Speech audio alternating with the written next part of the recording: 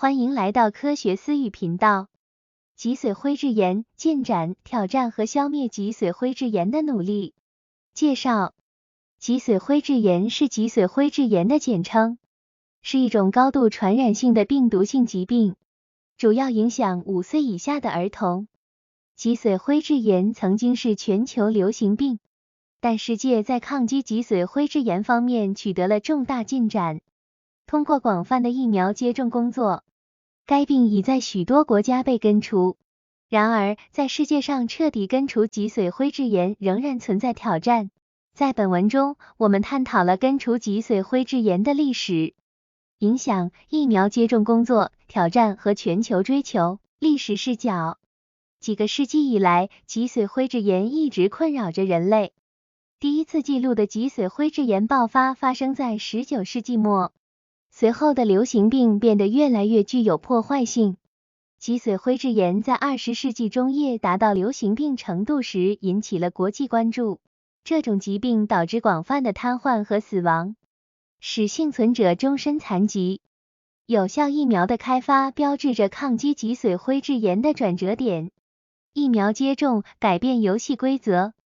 2种脊髓灰质炎疫苗灭活脊髓灰质炎病毒疫苗，IPV-ARV 和口服脊髓灰质炎病毒疫苗 OPV 的开发有助于控制疾病的传播。IPV-ARV 是一种含有灭活脊髓灰质炎病毒的注射疫苗，而 OPV 是口服疫苗，含有弱化淡活的脊髓灰质炎病毒。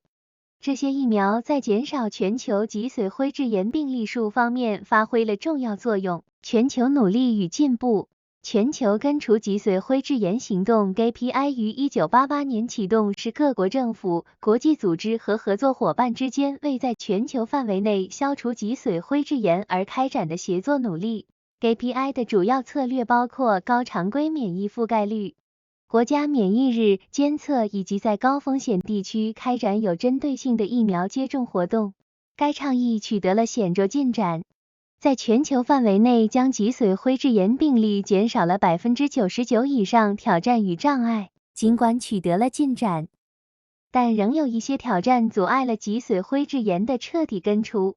一项重大挑战是确保能够进入偏远和受冲突影响的地区，在这些地区可能难以开展疫苗接种活动。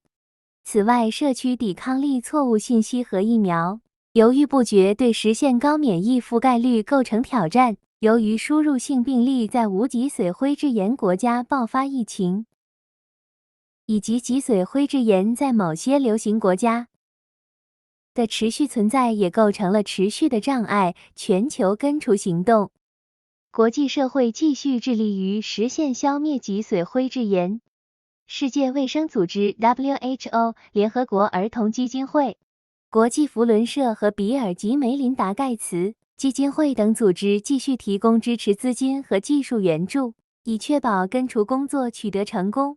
正在采用创新战略，例如使用新型疫苗和加强监测系统，以应对剩余的挑战并达到终点。脊髓灰质炎后综合症和康复。对于脊髓灰质炎幸存者来说，一种称为脊髓灰质炎后综合症PPS 的病症可能会在初次感染数年后出现。PPS 会导致肌肉无力、疲劳和其他衰弱症状。